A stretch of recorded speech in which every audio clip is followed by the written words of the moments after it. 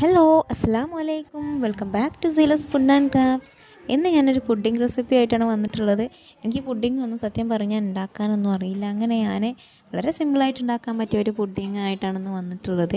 ഇതിന് നമുക്ക് രണ്ട് ഇൻഗ്രീഡിയൻസ് ആണ് നമുക്ക് ആവശ്യമായിട്ടുള്ളത്. പെട്ടെന്ന് തന്നെ ചെയ്തെടുക്കാം. നമുക്ക് കുറച്ച് ടൈം ഇതിന് വേണ്ടിയിട്ട് വെയിറ്റ് ചെയ്യണം എന്നുള്ളൂ. ഫ്രീസറിൽ വെക്കാനും മറ്റും വേണ്ടിയിട്ട്, അല്ലാതെ ഉണ്ടാക്കാൻ വളരെ സിമ്പിളാണ്. പാല് കാച്ചെടുക്കുന്ന സമയം മതിയാകും നമുക്കിത് ഉണ്ടാക്കിയെടുക്കാൻ. ഞാനിവിടെ 1/2 ലിറ്റർ പാലാണ് ഇതിനായിട്ട് എടുത്തിട്ടുള്ളത്. ആദ്യം നമുക്കിതൊന്ന് തിളപ്പിക്കാനായിട്ട് വെക്കാം. ഈ സമയം കൊണ്ട് ഞാൻ നിങ്ങൾക്ക് സെക്കൻഡ് ഇൻഗ്രീഡിയൻറ്റ് പരിചയപ്പെടുത്താം. ഇത് നമുക്ക് സൂപ്പർ മാർക്കറ്റുകളിലും മറ്റും അവൈലബിൾ ആയിട്ടുള്ള ഒരു പുഡിംഗ് മിക്സാണ്. പൗഡർ രൂപത്തിലുള്ളതാണിത്. ഞാൻ എടുത്തിട്ടുള്ളത് ഇവിടെ മാംഗോ ഫ്ലേവറാണ്. എനിക്ക് ഇഷ്ടമുള്ള ഫ്ലേവറിലുള്ള പുഡിംഗ് മിക്സ് വാങ്ങിക്കാം. ഇതിന് വെറും 40 രൂപയേ ഉള്ളൂ. ഞാനിവിടെ കോട്ടക്കൽ മണി ബഡ്ജറ്റ് സൂപ്പർ മാർക്കറ്റിൽ നിന്നാണ് ഇപ്പോൾ ഇത് വാങ്ങിയിട്ടുള്ളത്. എല്ലാ സ്റ്റേഷനറി കടകളിലും ഇത് അവൈലബിൾ ആണ്. അപ്പോൾ നമുക്ക് പാലൊന്ന് തിളച്ച് വരുന്ന സമയത്ത് പുഡിംഗ് മിക്സ് അതിലോട്ട് മുഴുവനായിട്ടും ചേർത്ത് കൊടുക്കുക. 1/2 ലിറ്റർ പാലിലേക്ക് ഈ ഒരു പാക്കറ്റിലുള്ള പുഡിംഗ് മിക്സ് മുഴുവനായിട്ട് നമ്മൾ ചേർത്ത് കൊടുക്കണം. ഞാനിവിടെ എടുത്തിട്ടുള്ളത് 100 ഗ്രാമിൻ്റെ പാക്കറ്റാണ്. അപ്പോൾ 1/2 ലിറ്റർ പാലിലേക്ക് 100 ഗ്രാം പാക്കറ്റിൻ്റെ പുഡിംഗ് മിക്സാണ് നമുക്ക് ആവശ്യമായിട്ടുള്ളത്. ഇതിലെല്ലാം അടങ്ങിയിട്ടുണ്ട്, ഷുഗറും എല്ലാം നമുക്ക് അടങ്ങിയിട്ടുണ്ട്.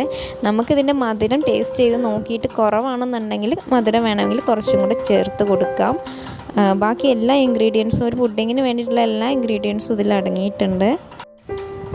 ഇപ്പോൾ പാല് നന്നായിട്ട് തിളച്ച് വന്നിട്ടുണ്ട്, പൊങ്ങി വരുന്നുണ്ട്. ഈ സമയത്ത് നമുക്ക് ഈ പുഡിംഗ് മിക്സ് ഇതിലോട്ട് മുഴുവനായിട്ടും ചേർത്ത് ഇത് മുഴുവനായിട്ടും അതിൽ അലിഞ്ഞ് ചേരുന്നത് വരെ നന്നായിട്ട് ഇളക്കി കൊടുക്കാം. ഈ സമയത്ത് നമ്മൾ തീ നന്നായിട്ട് കുറച്ച് ലോ ഫ്ലെയിമിൽ വേണം വെക്കാൻ, ഇല്ലാന്നുണ്ടെങ്കിൽ പാല് തിളച്ച് തൂവിപ്പോവും. അതുപോലെ തന്നെ കട്ട കെട്ടാണ്ട് നന്നായിട്ട് ഇളക്കി യോജിപ്പിച്ച് കൊടുക്കണം, ഇല്ലെങ്കിൽ പെട്ടെന്ന് കട്ട കെട്ടാനുള്ള ചാൻസ് ഉണ്ട്.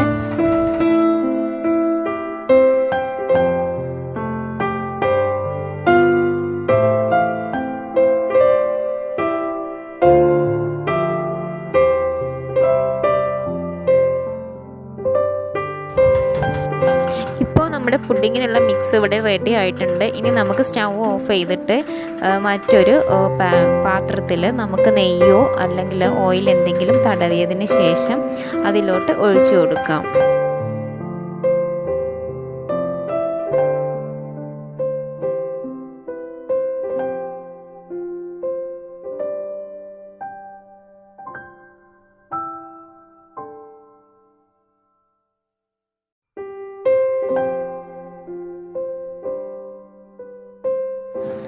ഇനി ഇതിൻ്റെ ചൂട് മുഴുവൻ ആറുന്നത് വരെ നമുക്ക് പുറത്ത് തന്നെ വെക്കണം. സെറ്റ് ആയതിന് ശേഷം വേണം നമുക്ക് ഫ്രിഡ്ജിൽ വെച്ച് തണുപ്പിക്കാനായിട്ട്.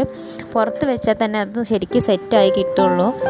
പുഡിങ് ആദ്യം നമ്മൾ ഫുള്ള് തണുപ്പും സെറ്റാകുന്നവരെ പാത്രത്തിൽ വെച്ചതിന് ശേഷമാണ് നമുക്ക് ഫ്രീസറിൽ വെച്ച് തണുപ്പിച്ച് ഇഷ്ടം പോലെ മുറിച്ച് കഴിക്കാം. ഞാനിത് തണുത്തതിന് ശേഷമാണ് പാത്രത്തിലോട്ട് ഒഴിക്കാനായിട്ട് നമ്മുടെ മിക്സ് പൗഡറിൻ്റെ പുറമെ എഴുതിയിട്ടുണ്ടായിരുന്നത്.